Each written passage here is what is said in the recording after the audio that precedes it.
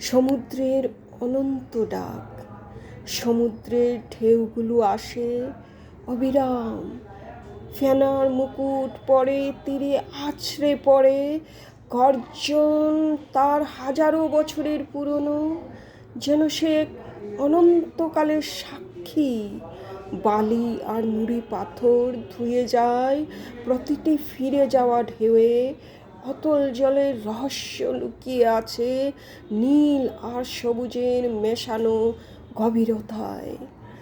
দূরে পালতোলা নৌকা ভাসে, ক্ষুদ্র মানব জীবনের প্রতীক হয়ে। আকাশের শেষ প্রান্তে যেখানে জল আর মেঘ মেশে, সেখানে এক সীমাহীন জিজ্ঞাসা। হাওয়ায় মিশে আছে নোনা গন্ধ আর সামুদ্রিক পাখির তীক্ষ্ণ চিৎকার।